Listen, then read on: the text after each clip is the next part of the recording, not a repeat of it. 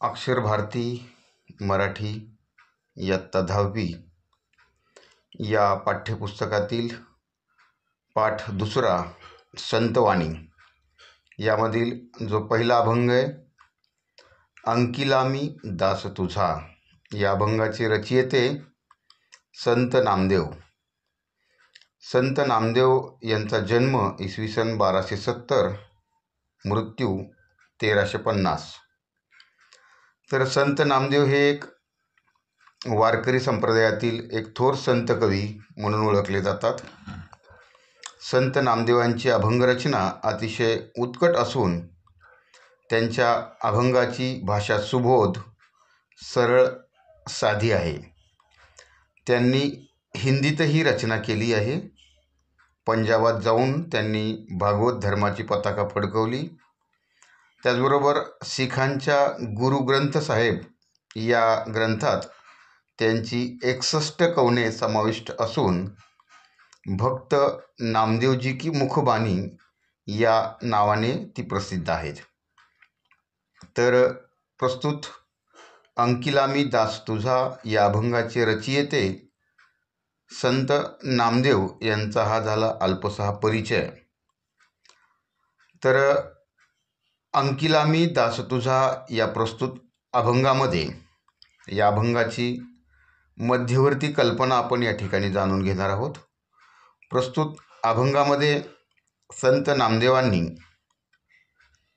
विठ्ठलाला, श्री विठ्ठल जो आहे, पांडुरंग या नावाने देखील ओळखला जातो, ज्यांचं महाराष्ट्रातील पंढरपूर हे सोलापूर जिल्ह्यातील जे गाव आहे त्या गावामध्ये मंदिर आहे.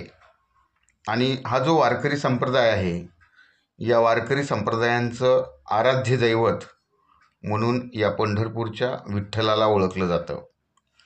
आणि संत नामदेवांनी याच विठ्ठलाला माऊली म्हटलं आहे, म्हणजेच आई असं म्हटलेलं आहे. मग आईची माया जशी तिच्या बाळावर अविरत बरसत असते, त्याचबरोबर आईची पाखरण, हे देवा तू माझ्यावर म्हणजेच या बाळावर, बाळ म्हणजे या ठिकाणी संत नामदेवांनी स्वतःला बाळ या ठिकाणी संबोधलेलं आहे. आणि ते या विठ्ठलरूपी माऊलीला म्हणजेच आपल्या आईला विनवणी करतायत, याचना करतायत. आणि तुझी सदैव कृपादृष्टी माझ्यावरती असू दे, हे वेगवेगळ्या दृष्टांतातून त्यांनी या ठिकाणी वर्णन केलेलं आहे. दृष्टांत म्हणजे या ठिकाणी उदाहरण किंवा दाखला.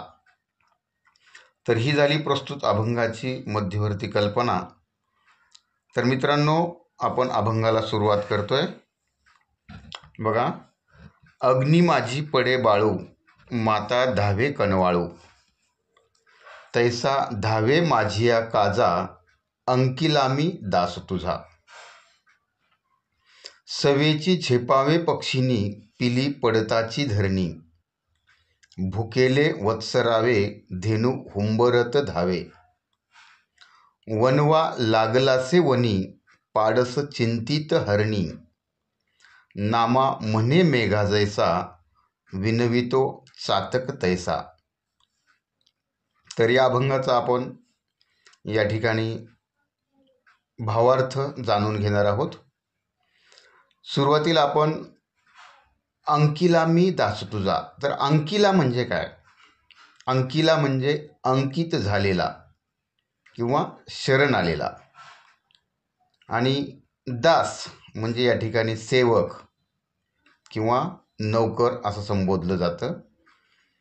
तर संत नामदेव प्रस्तुत अभंगातून या ठिकाणी विठ्ठलाला म्हणजेच आपल्या माऊलीला म्हणजे त्यांनी आई संबोधलं आहे. आणि ते त्या माऊलीला म्हणजेच विठ्ठलाला या ठिकाणी म्हणतायत की हे विठ्ठला, मी तुला शरण आलेलो तुझा दास आहे. त्यामुळं ज्या प्रकारे एका आईची माया जशी आपल्या बाळावर असते, तशीच तू माझ्यावरती तुझी कृपादृष्टी असू दे. हे आणि ती कशा प्रकारे असू दे, हे सांगण्यासाठी या ठिकाणी संत नामदेवांनी वेगवेगळी उदाहरणं दिली आहेत, म्हणजेच दृष्टांत दिले आहेत. बघा आता इथं, अग्नी माझी पडे बाळू, म्हणजेच श्री विठ्ठलाला म्हणजेच या पांडुरंगाला त्यांनी आई संबोधलंय आणि संत नामदेव या ठिकाणी स्वतःला बाळ समजतायत. आणि या विठ्ठलरूपी मातेनं आपल्या बाळाला म्हणजेच संत नामदेवाचा मायेनं सांभाळ करावा. आणि हे सांगताना संत नामदेव या ठिकाणी म्हणतात, अग्नी माझी म्हणजेच आगीमध्ये, बाळ, बाळू म्हणजे बाळ, म्हणजे जर एखादं बाळ आगीमध्ये चुकून पडलं तर माता धावे कनवाळू, कनवाळू म्हणजे ममताळू, दयाळू जी आई असते. आगीमध्ये जर एखाद्या बाळाचा पाय चुकून पडला तर ती दयाळू आई, ती मायाळू आई, ती प्रेमळ आई त्या आपल्या बाळाचं रक्षण करण्यासाठी अगदी तत्परतेनं धावत जाते आणि त्या बाळाला आगीमध्ये पडण्यापासून किंवा आगीमध्ये त्याचा पाय भाजण्यापासून ती तत्परतेने धावत जाते आणि त्याला वाचवते.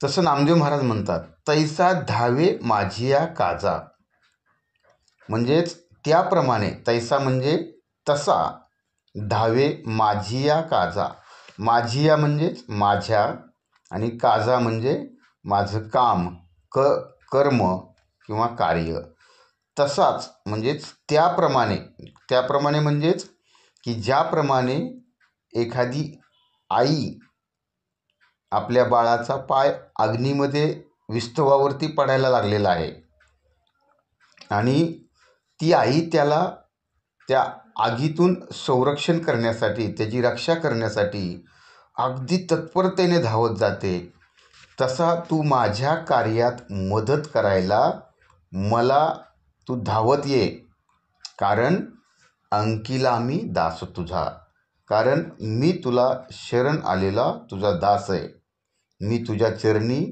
लीन झालेलो आहे आणि हा लीन झालेला मी तुझा परम भक्त आहे. आता पुढच्या ओळींमध्ये बघा, सवेची झेपावे पक्षिनी, पिली पडिताची धरणी, म्हणजे विठ्ठलाची, या विठ्ठलरूपी मातेची आपल्यावरती कशा प्रकारची कृपादृष्टी असू दे हे सांगताना ते दुसरं उदाहरण देत आहेत.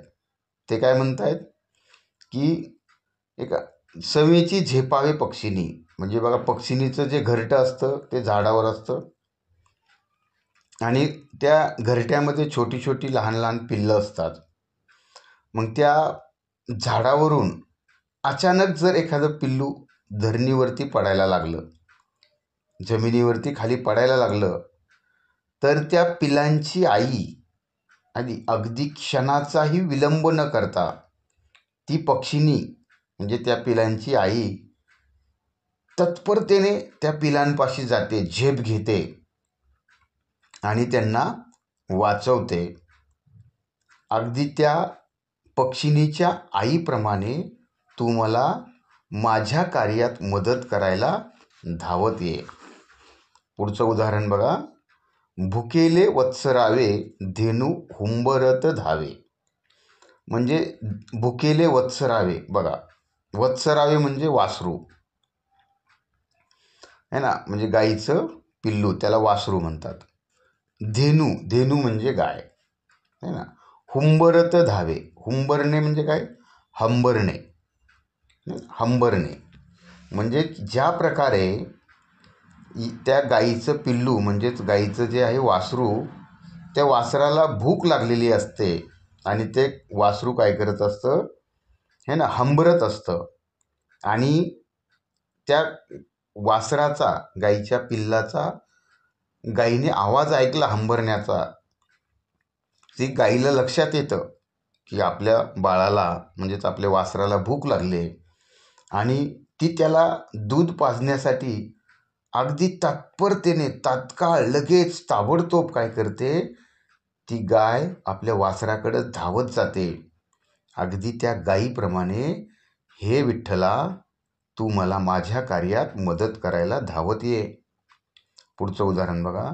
वनवा लागलासे वनी, पाडस चिंतित हरणी. बघा, रानामध्ये किंवा जंगलामध्ये वनवा लागतो. वनवा म्हणजे काय? मोठी आग, अग्नी. आणि त्या ठिकाणी बघा, पाडस, पाडस कशाला म्हणतात? तर हरणाच्या पिल्लाला पाडस म्हणतात. पाडस चिंतित हरणी, चिंतित म्हणजे चिंता, काळजी करते. हरणी, हरणी म्हणजे कोण? हरिण, म्हणजे त्या पाडसाची आई हरणी. तर ज्या प्रकारे म्हणजे रानामध्ये, शेतामध्ये किंवा जंगलामध्ये वणवा लागला, मोठी आग लागली आणि त्या हरणीला आपलं पाडस त्यात तर सापडलं तर नाही ना, या शंकेनं हरणी चिंतेत पडते, अगदी ती व्याकुळ होते. मग त्या हरणीप्रमाणे हे विठ्ठला, तू माझ्या कामात मदत करायला धावत ये.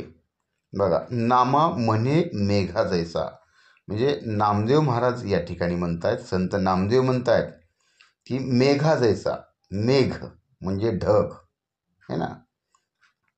अभिनवी तो चातक जैसा. चातक म्हणजे कोण आहे?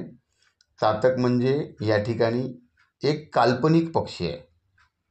काल्पनिक म्हणजे तो कल्पनेनं संबोधलेला, म्हणजे जसं आपण प्रत्यक्षात दिसणारे आपल्याला जसे पक्षी आहेत, कावळा आहे, बदक आहे, मोर आहे, है ना, असे अनेक विविध वेगवेगळे पक्षी आहेत. पण चातक पक्षी हा काल्पनिक पक्षी आहे आणि तो चातक पक्षी केवळ पावसाचं पाणी पिऊन जगतो.